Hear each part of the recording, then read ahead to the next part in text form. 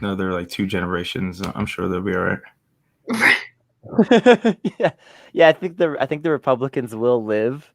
Yeah. In spite of how they're acting right now. They probably prefer it this way. Honestly, I mean, yeah, because now they have Republican Senate. I mean, yeah, Rachel and I are in Georgia, so as you all listening out there know, we got 2 unprecedented Senate races in Georgia. So if the Dems win that, they'll be able to flip it. But I think the Republicans would rather prefer a Republican Senate, a Biden presidency, and like an ossified sort of House Democratic, caucus that's not gonna.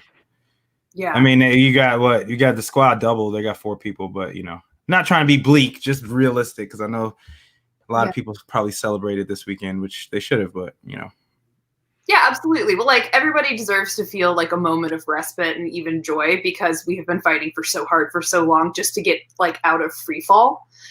But also, yeah, I am skeptical of our ability to go on to take the Senate through Georgia. Yeah. I think there's a decent chance Kelly Loeffler will lose. But,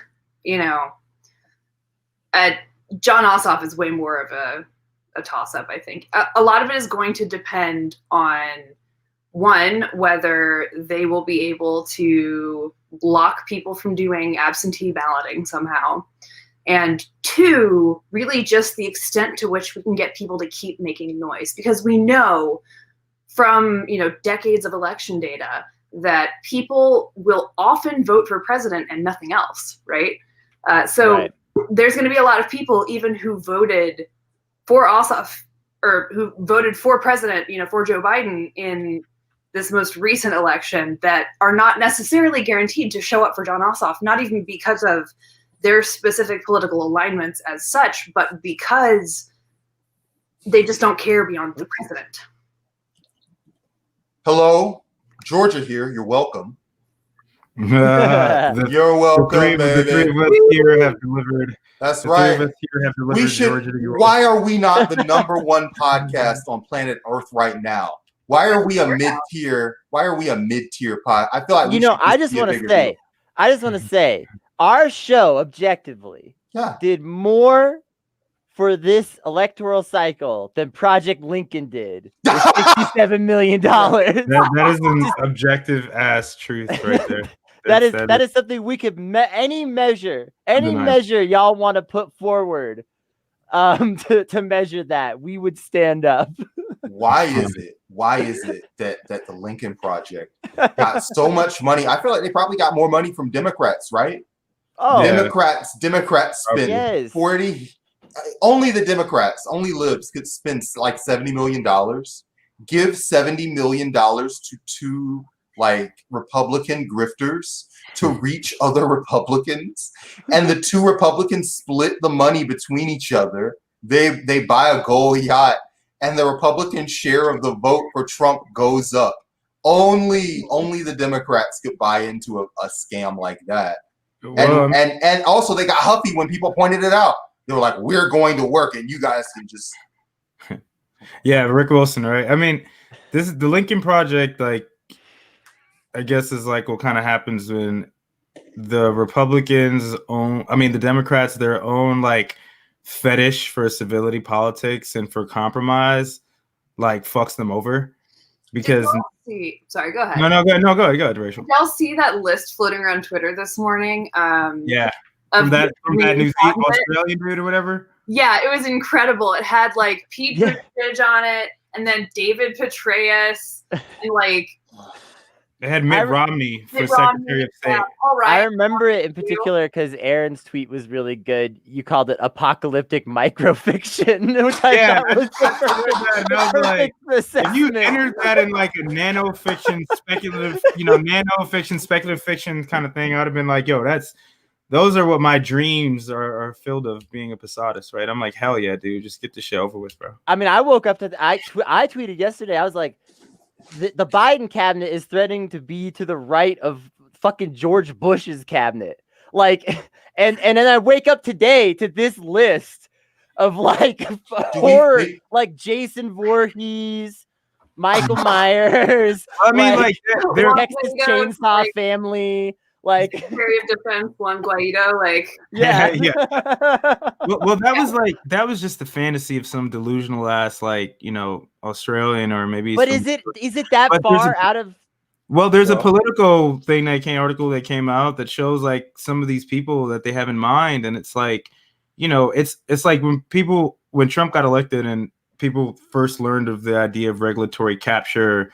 You know, like putting Andy Puzder, you know, this fast food baron, like at the head of the Department of Labor. This is the same thing that the Democrats are doing. It's just like, you know, like that the lady from Quibi or whatever. That just like Meg Whitman. Meg Whitman. Dude, like, she ran for governor of California and wasted like $75 million and was just a complete waste. Got blown out.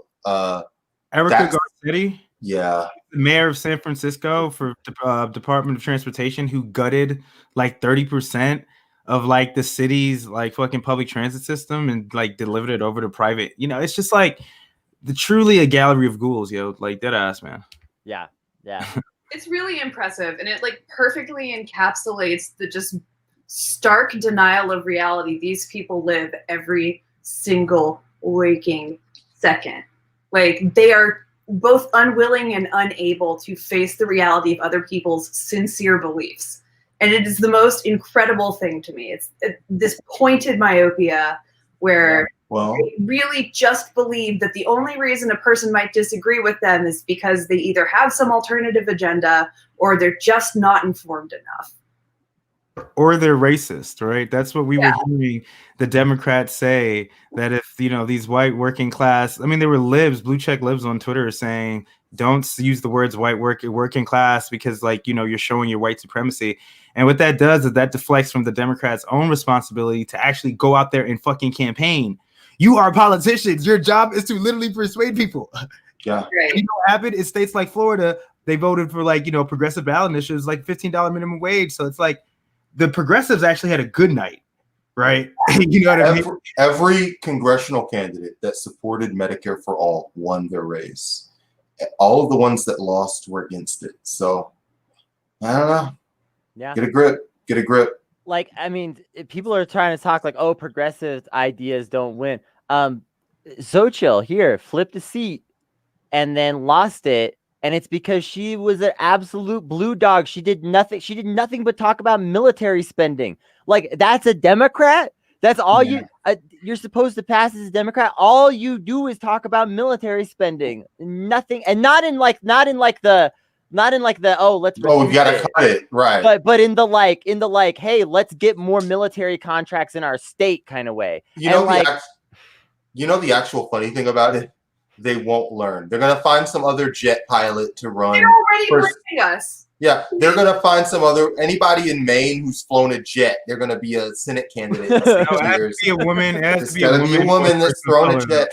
Oh, I'm a woman. Maybe like, you know, a trans veteran or something like that. They're gonna try to really push the envelope to get bold points, man. I'm a woman who dropped bombs on Syria, and I'm running for Senate. Well, I think that in 6 years from now, we'll be having veterans of like a different war that we don't know about yet, and they'll be like, "Yeah, man, hot off the beaches of Guam. I'm back. I'm back. You know, I had to drop a lot of bombs in Guam, but it's all back together now." Really aggressively sanctioning Singapore.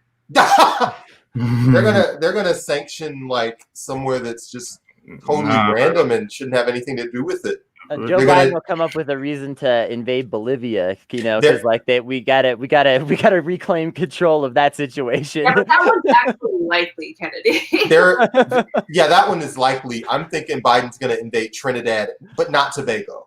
Just Tobago, you're fine. Trinidad, it's on. I mean, it's fine though, because the libs will be able to go back to brunch while, you know, we initiate like Operation Liberate Tehran or some shit like that. You know what I'm saying? Like, it'll be exactly what they wanted. You know, they're already back to brunch. They're already saying, hooray, the kids are going to be out of cages. Obama and Biden jailed as many kids. Well, let's see. I mean, politics does change, though. What do you even... Well, I mean, yes, it changes, but what is what is Joe Biden's immigration stance? When he was asked at the debates, he wouldn't even commit hard to like saving the Dreamers. He wouldn't even commit hard to that until like that is now in his platform. But at the debates, he would not commit to that. Yeah. And that's like this is the step that he took to the left is I will in fact save the Dreamers. Yeah.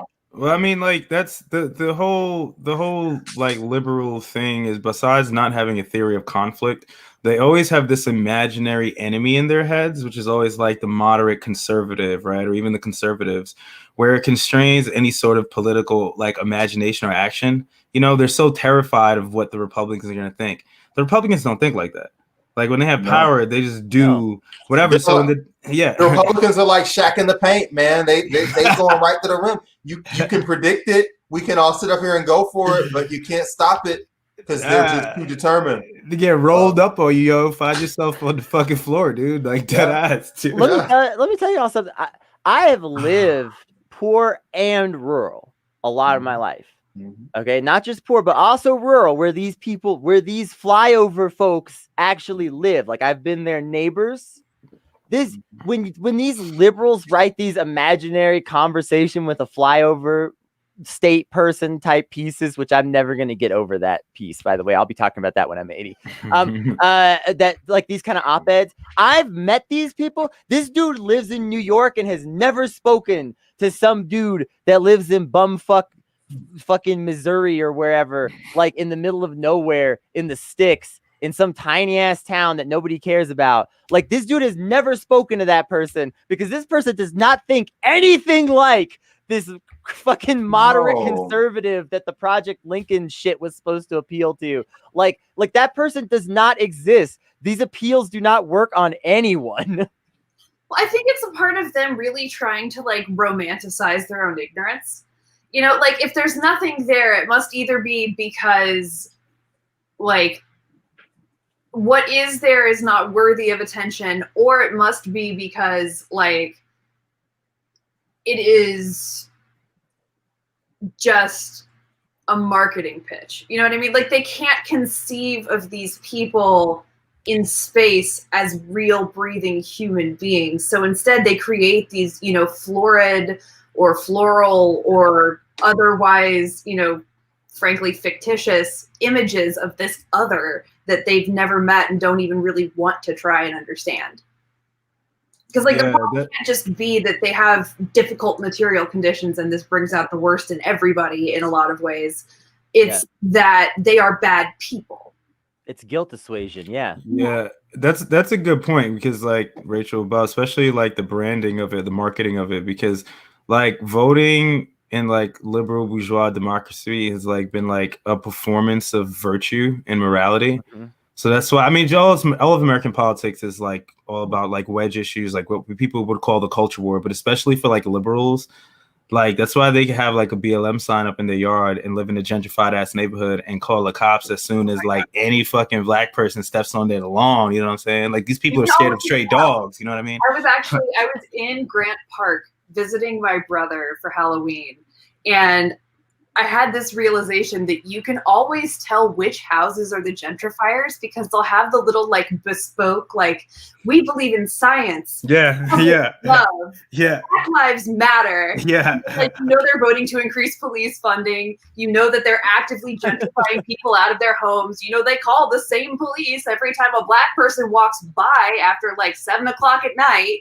And like these same people who have just these purely performed gestures towards justice and equality, but have never actually at any point critically evaluated the way they participate in those systems. I was talking to Owen Higgins, and he was saying that like leftists make this mistake too. What a flex! No, but he made a really good point. I mean, I want to credit him because it wasn't my idea. He made a really good point that I didn't even think of as a leftist, even though I know this is true of liberals, right? But I do this too. It was like, you know, even leftists will assume that these like, you know, cultural signifiers determine people's politics, which is like not true, right? Which is why, you know, like I get mad when people say like we can't talk to people who live like out in like, you know, the exurbs. We can't talk to people who live in more rural areas about these ideas because they're so terrified of like socialism or the Democratic Party. I'll be like, motherfucker, I hate Obama too. You know what I'm saying?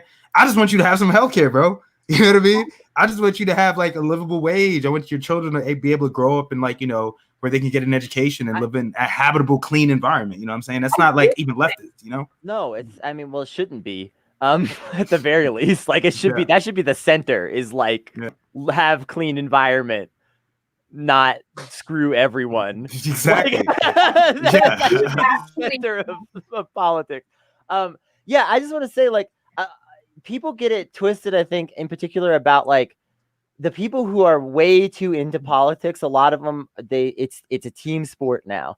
And for the people that have that team sport mentality, they forget that that's actually a pretty small percentage. And it's kind of like if somebody is like a Broncos fan and they've got Broncos shit all over their house, then you know what they're about. And like, you're like, whoa. And like, it's like very loud, and like their opinion is probably going to be louder than somebody who maybe just goes to a lot of the football games that are like within the area, you know, with their friends. Like, I'll just drive to another state or, you know, go here or whatever. Yeah. And you know what I mean? And it's like, that's how a lot of people engage with politics. They're not really like, oh, I'm a Republican, I'm a Democrat, really so staunchly. They're just kind of like, I kind of think this is important to me right now. Right. It's a primarily aesthetic relationship. Well, no, I mean, for poor people, I would say it's even more like the people that are. No, yeah, she's talking about like the. I agree with you there. Well, and I think that is like, this whole mess is the consequence of not understanding like when and how politics is aesthetic and when and how politics is narrative, and when and how politics are informed by like who you grew up with, what you saw growing up, you know, like these experiences you directly have had, right? And so that's why the DNC has lost the ability to speak to the material interests of working class people, because every single one of them exclusively relates to politics as a narrative exercise. That being said, I think most people do this to an extent, right? Like, I think that there is an essential quality of narration in our political identity as such. But I think there are completely inexorable ways class background, racial background, gender background, sexual orientation, every other political identity you can think of, inform people's politics in terms of which issues they are personally invested in solving. And I think when we speak to those issues in the narrative capacity while offering real material improvement to solve those problems, like, we'll be unstoppable. But we have to be able to do both. Yeah. I mean, that's a good point, because the Democratic Party, for example, like the Republicans, like are they're homicidal, like fascistic death cult, sure, but even if they don't deliver any material results to their base, Trump, you know, it was all about owning the libs, right? Like, it's all about creating a narrative of good versus evil. Oppression is a material result to them, so exactly, right? But like, you know, the Democratic Party, though, they're unable to create a narrative because I mean for a lot of reasons. One, they have like consulting firms that are telling them that like instead of doing voter persuasion and knocking on doors, even during times of COVID, like Rashida Tlaib and Ilhan Omar fucking did, that's why they won their races, you know what I'm saying?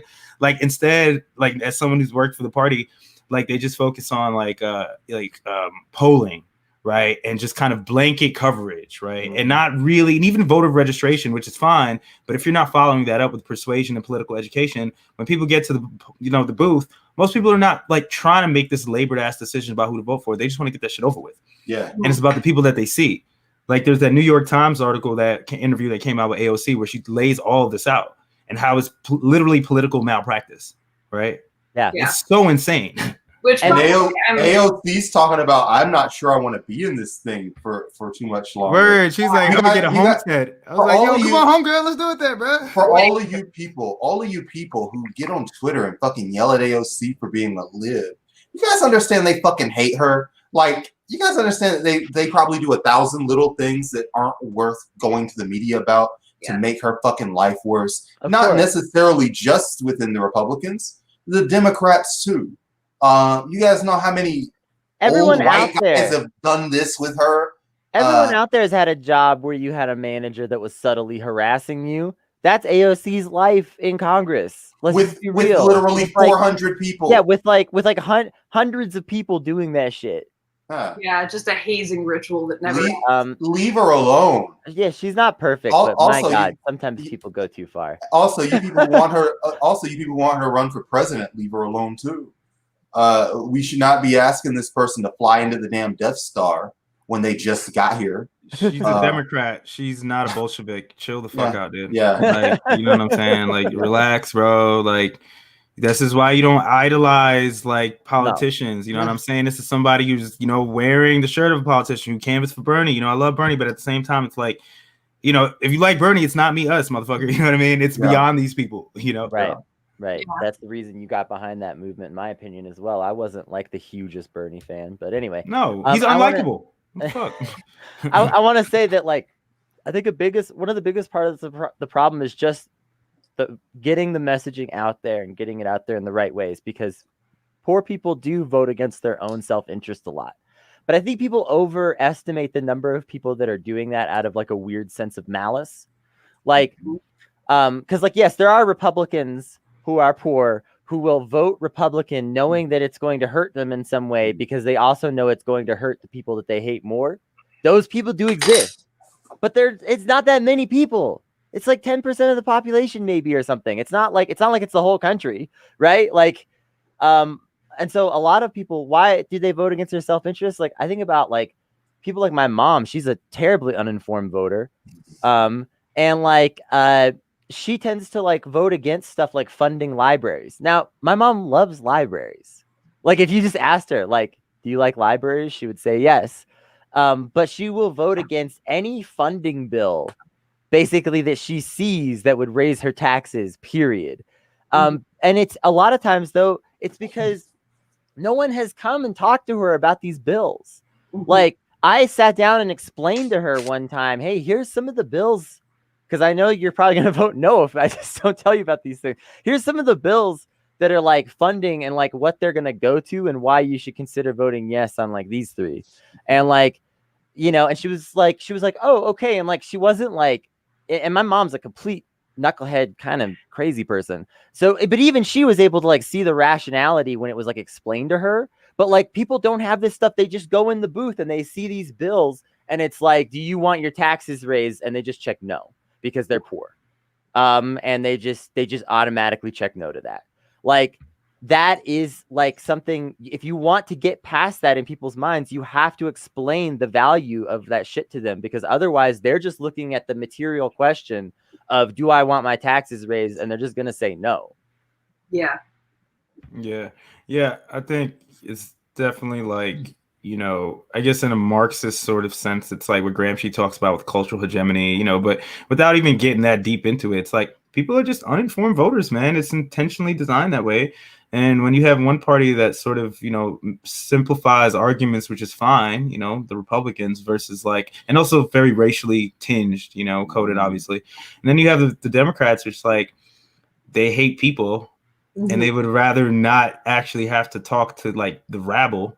So like, they don't actually, you know, make persuasive cases. And the ones that do are the ones that, and have principles, are the ones that win their races, right? So it's like, hey, man, people vote against their best interest because they don't. It's mystifying for them. You know what I mean? What exactly they're voting on. I mean, I'm an informed voter. I think that sometimes I'll go in the booth and I'll be like, I have no idea what this means. You know what I mean? And I'll be like, give me a second. Let me go outside real quick. And can I look on my phone? You know what I mean? I should have done that before I got it. Like, you know. But yeah, man. It's yeah. Well, and I think also there is a certain rationality to it, right? Sure. Or a certain, you know, logic to it, even, because in a lot of ways, Republicans are the only ones even acknowledging there's a problem. You know, sure. Like their solution to it is to move more into the problem, which of course is not going to work. But when you look at the Democrats, who are basically saying we just need to go back to 2010 and make things like that again, and everything will be fine. Like, that was during, you know, one of the largest upward transfers of wealth in the history of our country. And actually things weren't okay then. and we're not going to be okay if we just reset to 2012. And at the very least, you know, they're saying it's like child pornography making like literal lizard trolls, but at least the QAnon people are saying there's a problem. You know, at least they're able to speak the words that there is a problem. And I can see connecting with that. Incidentally, that is also why I think we should start the libertarian to left libertarian to socialist pipeline. The problem really is that they say there's a problem, and the problem is there's too many black people alive. Like, yeah, of course. We gotta round those guys up, and we just gotta get rid of them. It's no good. In terms of the left, the right, to libertarian, to the pipeline. I guess there should be one. I won't be involved in its construction, but somebody do that. It's probably good work. Yeah. I mean, like, it just reminds me, Sam Cedar, Majority Report, it's constantly this thing where a libertarian, he actively encourages libertarians to call in. So hey, by the way, shout out to libertarians. You guys blocked Trump from getting elected. I think it's like there could be merit to that idea if like if you're able to have, I guess, I don't know, like the Libertarian Party, like hell no, right? Because that's just like an institution in which, like, you know what I mean. But it's the actual institution, and in fact, Kennedy, I remember talking to you, and you were smoking one day, and you were like, you know, if you were to give me 35 loyal guys, I could take over the New Mexico Libertarian Party. You did say that before. Yep. Yeah. Well, I think if you can make people realize that capitalism is its own form of tyranny, but that's the thing. That's like literally their faith is in this system. So they would have to have this mind melding sort of breaking moment where it's like, you know, or just go through economic hardship and really actually be like, yo, what the fuck, dude? Like, this shit sucks, you know? They want to be, and I don't necessarily just mean libertarians here. They're included, but it's like a big group. They want to be oppressors so bad that they don't want to recognize oppression. Like, it's like they've got the blinders on, because once you recognize that things are unfair, then the question is, why is it unfair and who is it unfair to? But if your goal is like, I will avoid unfairness by inflicting unfairness on others, you can get all kinds of like delusional or refusal to recognize logic out of that, if that's your worldview. Think of like how many people on Black Twitter are like, what if I become a billionaire? What if I get generational wealth? I'm like, listen, like capitalism has worked for like 4 Black people. I forget where I heard that. Did you see Keke Palmer's text? Did you see Keke? I'm not Keke, not her text. Did you see her tweet? What did she tweet? I heard you. I saw you in the responses wilding out. Hey, bro, she said that imagine if you could only get healthy food with the EBT card, and like, yo, I was just like, yo, we just take your money. You know what I mean? Like, you just give your money away to people. And there were people, Black people, in the replies, like, who were like, you know, justifying the fact that she'd earned it. And Brandon, you and I talked about this, right? Like, why, you know, why is it that Black people of color, especially Black people who were literally brought to this like hemisphere for the exploitation of their labor? Like, how is it that they think that this is the good thing, that she's worth $7.5 million? It's like, I mean, there are reasons, but it's insane though. Yeah.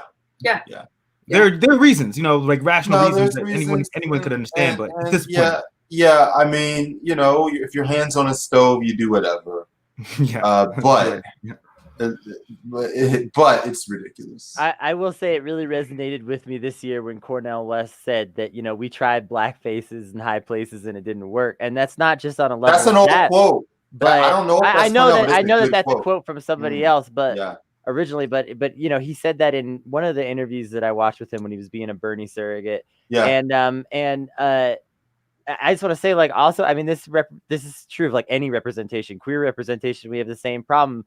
You know what I mean? Like, there aren't that many good, like, people out there representing queer folks at all in the media. A lot of our representation are absolute fucking dirtbag human beings that are just like obviously horrible, you know, like, you know, I mean, like RuPaul's a fracking empire person now, literally has a fracking empire. Like, what the fuck? No, not a fracking. Aaron, not a fracking business. Not like, hey, I got to make ends meet. I'm not as famous anymore. On the low, do a little fracking. a fracking empire. Like Bruh. a huge, like RuPaul. RuPaul is an Not- oil not baron. Like, are you Yes, telling RuPaul's me? an oil baron. RuPaul is literally destroying the world. Well, RuPaul Yes. is a fucking oil baron. Absolutely. Modern day Ghoul, oil yo, baron. truly. Yeah. And so Truly yeah, ghoulish. it's like just putting some people in power that meet the criteria is not going to do it. We have to change the way the power is structured. No, you guys have got to get into y'all have got to get out of black capitalism and get into community ownership and community center, because like back in the 60s, I mean, you would go to Auburn Avenue, and we can do a whole episode on, integration and its unintended effects, but like, yeah, all that money left and it never came back. Just because the people that you were going to go spend your money with didn't go spend it with you. So it was just a direct transfer. So I mean, I don't know if that can consciously be. I don't know if that can be fixed through just raising consciousness by black and putting it on a poster or whatever. But it does help. Like there are so many local businesses out here that So what I'm gonna do is I'm gonna find a nice white artist in Old Fourth Ward to just make me a sign that says "Buy Black," and I'm gonna put it in my yard. You solved racism, Rachel. You did it. No, actually, Rachel, if you put a sign that says "Buy Black" in your yard, I'll drive by, I'll take a picture, and I'll cancel you because I'll be like, she's pro-slavery. She's there's 4 of us in her basement. I had a confession. I had ulterior motives when I adopted Brandon as my son. Yeah. I just got out of the basement a few weeks ago. Listen, this has been super. It's been incredible. I love it. As some of y'all know, I'm working on a project. And there's only 23 people watching right now, so it's not going to be spoiled or anything. Just for the people who are watching this now, I'm doing a project with the Trestle Tree Tenants Association that's going to come out. We're thinking Wednesday, and it's going to be I literally just got back from there working on it, and it's going to be amazing. But yeah, it's going to be real great. I had to go to Midtown Mayor Pete with that one, Rachel. But anyway, yeah, it's going to be real amazing. And but also I'm a little pooped, and I also have to work because it's a Monday, and I spend all my work time working on this. So with everybody's permission, I'm going to slide out. But y'all can all text me after the show. It's all been wonderful, and hell yeah, we'll manage to persevere without you. Later, comrade. I miss you, Brandon. Yeah, I know. I do want to say in regards to like the libertarian, like what can we do with the libertarians earlier? I do think that there is a fundamental argument to be made about liberty, and can you have true liberty under capitalism? And also, where does your liberty end in order to prevent it from infringing on somebody else is like a conversation that like you can and maybe need to have with some of these people. But like, I think if you can get through to them on that level, ultimately a lot of libertarians are just obsessed with personal liberty. Like, yeah, they're you can get liberty under capitalism. Like if you've got some slaves, you've got lots of liberty. Like if other people are doing your labor for you, that equals liberty. But like if you don't, and that's why libertarians will never win an election or ever on a national level, just because no one relates to that. But I think if someone wanted to try to construct a successful pipeline, I think it could be constructed along those lines, because I think you can make a compelling case that individual liberty is not really possible under capitalism in the ways that is RuPaul RuPaul liberty right now. I mean, done a lot of fracking. Even someone who is like highly successful under capitalism is still beholden to money in a way that you would not have to be in a society that was freer. Just putting that out there. Like I'm not trying to be like, oh, let's cater to the fucking millionaires, but even their lives might be better. Just saying. I want to kind of suggest maybe an alternative to specifically that one, and here is why. Sure. When we talk about liberty as such with a libertarian, we are talking to them about a central component of their identity, and that includes the way they conceive of liberty, right? I do agree we need to have those conversations with them. We need to talk to them about freedom to and freedom from and how to balance those and sort of the dialectic of that of that tension, you know? But I also think if we want to win them over more quickly, we would have a lot faster results with just explaining to them how corporations can be understood as de facto states. How these giant international bodies that are able to buy elections, buy militaries, buy, you know, children in a lot of cases overseas, right, to do this work for them, are operating in all of the same functions as a state, especially something like Amazon in particular, right, where they have entire infrastructures that they are building to disperse their, or to distribute their products, right, and in the process, crushing everybody under their heel. When you frame it as, you know, this is a body that provides services and controls people's lives, right, directly, and makes decisions for people about where they live, about, you know, when they go to the bathroom, about what kind of food they eat, right, about what they do when they're not at work. When you frame that as this is a state, this is functioning as a state, and it is a completely undemocratic magisterial state, you know, where they have just this broad ability to do basically whatever they want. And in reality, the choice is not there for people to choose not to interact with them. They are a state, and you hate states. And we can get rid of these completely unregulated states and replace them with workplace democracy. And I think that actually would win them over very quickly without sort of setting off their like personal identity alarm bells. You know, I've changed my mind. Let's actually not win them over. In fact, I want to encourage everyone out there. We need more libertarians. We need more libertarians so that the Republicans never win again.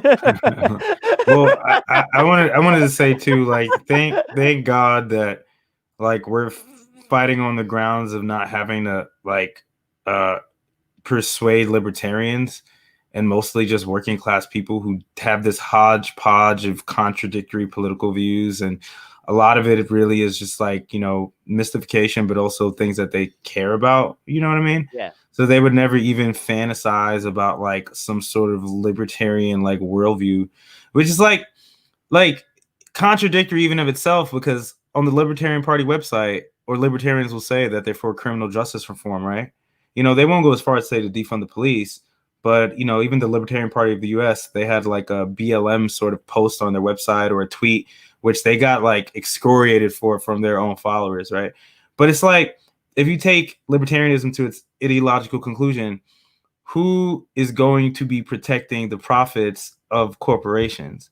It might not be state law enforcement, but it'll be like, you know what I'm saying, some Pinkerton type of situation. Right, so you're gonna need cops to defend their, you know, their profits. So I don't really debate with libertarians, but when I brought that up before, that's the first thing I always bring up. And it's like, literally you see people's like, you know, the gears in their head and shit like that. And they're like, well, you know, and I'm like, oh, so you're just advocating for like, you know, an onslaught civil war of mercenaries constantly, perpetual. You're actually a Trotskyist. Okay. You want perpetual warfare so that corporations can hold on to their profits. And I think that kind of breaks people's brains. But yeah, man, organize the working class. Fuck those people.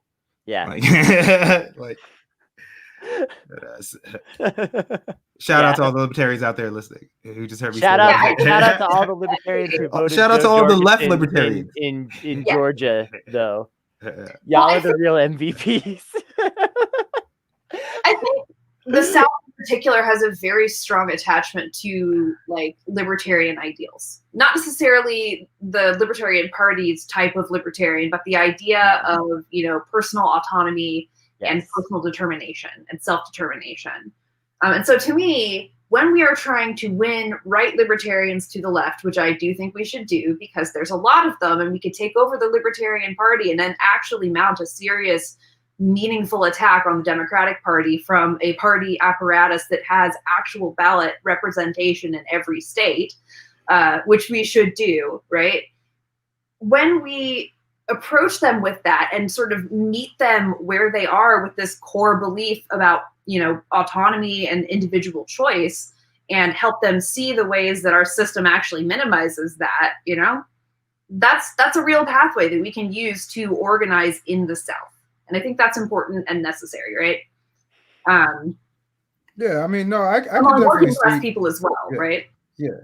No, I could definitely see the point that there are more libertarians in the South of that sort of mind.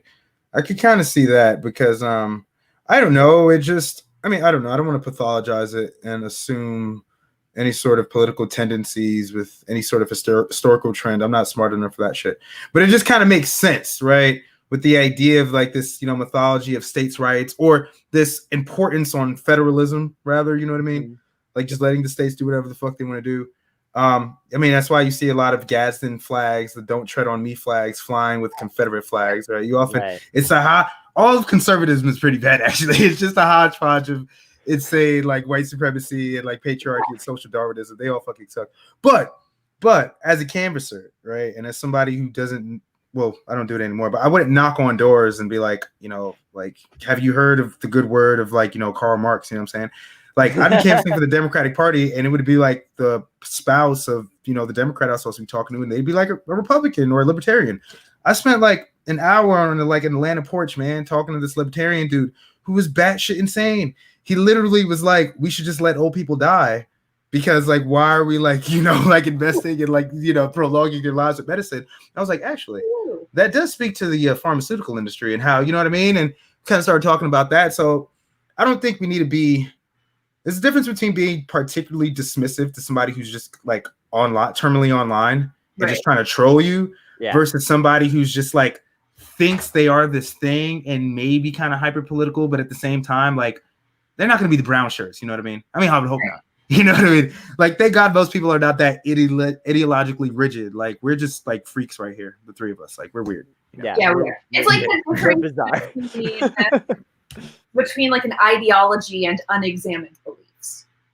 And people with unexamined beliefs can absolutely be reached. People with like an established ideology, the only thing that you're going to do is get them mad, and then they'll think they're more right by way of arguing with you. Even if their argument is bad, you translate. Well, I agree to an extent, but I will say this too. I think a lot of people who cling strongly to an ideology are also just, they're looking to belong to something meaningful. And like, sometimes you can kind of like approach it from a completely different angle and win those people over just on the basis of like, I have a more meaningful community. I have a community that you're going to feel more heard in. I have a community that you're going to feel safer in. Like things like that, those kinds of appeals can change people's like ideological viewpoints. And I would say like those kinds of, when I think of my ideological shifts, some of those are like along those lines in terms of like, especially like what leftist groups did I feel safe in was like, something that like has sort of determined where I've ended up ideologically. And like, I don't know, just concerns like that. And I think everybody here can relate to that to some extent, probably. Yeah, well, I also think that strategy is very easy to coherently incorporate into the existing messaging we have. Like every single part of these can be rolled in and complementary to each other and ultimately serve to extend our reach without in any capacity changing our message. And I'm here for that. Like, I want to figure out all of the things we can do to make the same message reach more people. Yeah. Good one. Absolutely. Yeah. I think that like, you don't have to like necessarily like, you don't have to use the word socialism or like, progressive or anything like that when you're talking to people. Like, I never did that canvassing, Well, yeah, if you're somebody who's against you, you actively shouldn't. You actively shouldn't. You just listen. Like 90% of canvassing is like listening. 99% of it is just listening. And that's how like, I was talking about this yesterday with Tom and Terrence and shit. It was like, I don't know. We were kind of musing over like whether it's really possible to do what needs to be done with electoralism. Because I don't want to be black-pilled, but just, given the ecological timeline, right? If we elect 2 to 4 AOCs every 2 to 4 to 6 to 8 years, that is nowhere for them to group, become a majority caucus within the Democratic Party. Saying we have to overcome the Democratic Party's like, incessant punching left, right? Mm-hmm. So there's that. We get there, and then by that time, like, there's like, fucking beachfront property in Iowa or some shit like that. You know what I mean? Like, it's it's not actually like, and I'm not trying to be blackpilled, but it's also like thinking of ways outside of electoralism that we can build solidarity, which we all hear, especially like you, Kennedy, you as well, Rachel, you know, we're all keen on, right? That's the important thing that we got to remember, you know? Yeah. Well, and I want to point back to the thing Brandon was talking about earlier when he was talking about the work he's doing with Trestle Tree, right? Because that's tenant organizing, right? And we need to be doing all of these things. And this is basically Malcolm X. So like, let me cite my sources here. I'm basically just quoting Malcolm X. But we need to be doing every single thing, actually. We need to be doing electoral campaigns because they get a lot of attention and they provide a very large mouthpiece and platform. We need to be doing tenant organizing and labor organizing because that will immediately improve people's material conditions and empower them to actually become more involved in their community. We need to be doing mutual aid to give people an outlet so that they can be more involved in their community. And we need to be doing direct actions so that people will be aware of these things happening. You know, and we can't only do one of them. We can't only do some of them. We have like 20 years. We have to do all of them, all of the time. Yeah, yeah. I think Chicago is like, you know, cities like Chicago and, you know, New York as well are good examples of work that DSA specifically has been doing. You know, electing DSA-backed candidates or even Democratic Socialists, members of the Democratic Socialists of America to city council. So you have that sort of progressive bloc. So when you saw like, you know, the teacher strikes or whether it was the protests over the summer, you would have, you know, aldermen, city officials actually, you know, stand with protesters, right, and turn their backs to like the police, for example. You know what I mean? So like that part of like sort of diversity of tactics, like you were saying, Rachel, and engaging with all of these things, you know, meeting them where they're at as we would meet people where they're at, you know, not placing too much faith in electoralism, but also understanding that like, yo, man, if like Cori Bush and AOC are like avatars for like all of the like pain and anger in their communities of working people, you know, so that's not something that should be completely discredited. And like, yeah, dude, she's in, like we were saying earlier, she's a Democrat, man. Like, I'm not expecting her to like, you know, walk up to like, you know, the Winter Palace, like with a, you know what I mean? Like strapped up, dude, like chill the fuck out. But at the same time, like, you know, let's be aware of what we're doing in our communities and building political education there, you know, because at the end of the day, we all we got, you know, right. In the long run, we all we got. So. Yeah.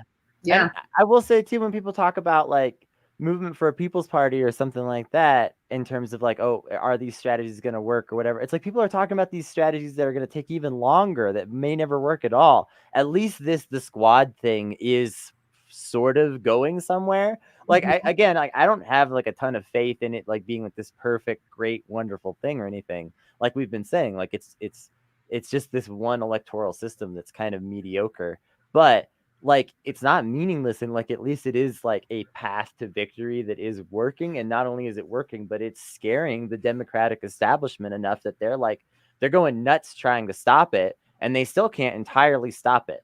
And that to me speaks to like something that maybe we should keep doing personally. Now, do I think it should be the number one focus? Fuck no. It needs to be mutual aid. We need to fucking keep people in their homes and fed and stuff right now. And I'll just say one more thing, which is that as far as the climate goes, we're probably not going to like die of the climate just at all necessarily. Like that's not like a guaranteed. There are possibilities that like we could reach that point, but like we're probably not just like all going to die from the climate as likely as we're just going to suffer under it. Like we're going to like a lot of like, I think that's the terrible truth that a lot of people don't want to face. Like a lot of people would prefer to think that like we're going to have a disaster movie like in like 4 years where like suddenly like a wall of water just like eats New York or something. That's never going to happen. The disaster movie is happening all the time. That narrative lets them be the hero and have power, right? Because that narrative that exists that is available to them is a story of people like overcoming and conquering nature, and they can vibe with that. You know, they can't deal with slowly languishing in progressively worse conditions until they die an early death of misery. You know, nobody's willing to accept that.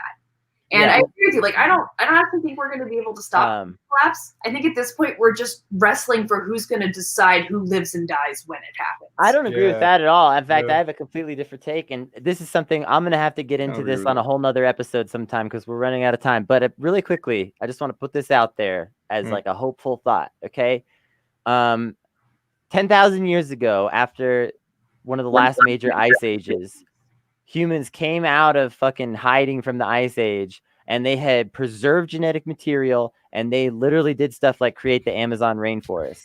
All right, which is something a lot of people don't know is like actually a human sculpted forest. It's not a random forest that just grew. And you could tell this in part because there has never been a jungle so large with productive trees all the way through, regularly spaced. That is not something that nature just does. Like these things were planted as like a living ecosystem to support them, and they did this after an ice age. And if humans could do that back then, 10,000 years ago, when like our tools were largely like a rock that we like smacked around until it was a nice shape, like if we could pull that off then, I think what we could do now is actually like pretty amazing. And people have been talking about like terraforming Mars and shit like that. If we have any hope of terraforming Mars, then we should certainly be able to save the environment here in some capacity. Now, is it going to be the exact same environment? No, it's going to be a terraformed environment. Like that's what we have to accept now, in my mind, is that we are this planet that we have now, these exact parameters are going to change, but we can still have a nice planet. We have so much genetic material on this planet in terms of insects, animals, plants, different things. Like, but we need to be willing to like take that genetic material and start moving it around, start putting it in places, and just get over the idea that we can preserve environments out there. They're going away, but we can create a livable environment again. I want to synthesize, because I feel what both of you are saying, but I want to synthesize because Kennedy, this is true, but a lot of this genetic material, especially for crops, are actually the hands of like multinational big agricultural like corporations, right? So it's about a contestation over resources, right? So it's about like, you know, like even the idea of like, you know, getting into space and getting off of this fucking rock it involves so much fuel and is so prohibitively expensive that only, you know, the one that, you know, owns the means of production right now in the society that we live in is able to do it. But that doesn't mean, right, that if we don't have a political movement with a radical, transformative, emancipatory, sustainable vision included with that, that we can't do these things. I want to add, last thing, as the resident Posadist here, I do think the reason why Posadism is appealing is something kind of Rachel said, right, is that, yo, like, of course, a generation that like has no future would be excited for the apocalypse, right? That's why like the idea of nuclear holocaust as an acceleration of capitalism, you know, and then the contestation of what was left over, right? And that sort of surviving is appealing to people. So like, don't be doom pilled, but at the same time, we need to be very aware of kind of structures that we need to build to, you know, cultivate that future that you were talking about, Kennedy, because that's what gives me hope, right? Because if I was completely black pilled, like, you know what I mean? I wouldn't be talking about this. I'll just be, oh, we're fucked. But I can't be. And I appreciate the positivity of both of you because, you know, we fucking got this. I don't know. I was rambling, but I like what both of you were saying. I just, you know what I mean? No, it was like, there's a synthesis there, you know? No, I like, honestly. We love Hegel here. Dialectics, word. I am in particular big Hegel fan. I like that we're kind of wrapping on a positive-ish note also. It's good to like, not just think, oh, it's going to be so bad. And you know, I mean, I just want to say real quick, you know, shouts out to Bolivia, honestly. That's been giving me a lot of hope. Like the fact that they were able to throw off the shackles of that coup and restore like the rightful left-wing leadership to power, and like are gonna like, you know, basically be able to like undo most of this damage right away and like, you know, kind of like get things back on track. That's incredible. And like, you know, we have to remember that like these victories are possible, that we can. Oh yeah. The Evo to Fash, that's what we're on right now. The Evo to Fash to Evo pipeline. We're in the Fash zone here in America right now. We need to get socialism or barbarism, man. The only way out is through together, man. It's the only way we're gonna make it up. Yeah, and I think, Kennedy, honestly, the thing you said and the thing I said are very compatible, and you synthesized it, Aaron. Like, the question is not what we're gonna need. I mean, the question is what we're gonna need to do, right? But the bigger question, the more immediate question is, who are we going to send as our champion? Why? To make it the least worst outcomes. You know, how are we going to organize ourselves around that? And I think we can. You know, I think when you get a large group of really determined people together, we can do basically whatever, actually. Yeah. They're incredibly creative and smart and clever and resourceful. And when we direct those faculties towards helping each other, we do incredible things. We got this, man. Of creative, smart, and clever things, Aaron, you have a show. Tell everybody about it. Well, now I have 2 shows. Well, whatever. I have one show which I do called Time of Monsters, in which I interview radical, influential figures on the left, journalists, activists, one politician so far, and just kind of talk about where we are, how we got here, and how we're going to get out. And then didn't you get a new gig recently? something really amazing, like unbelievably. Hell yeah! That's what I was referring to.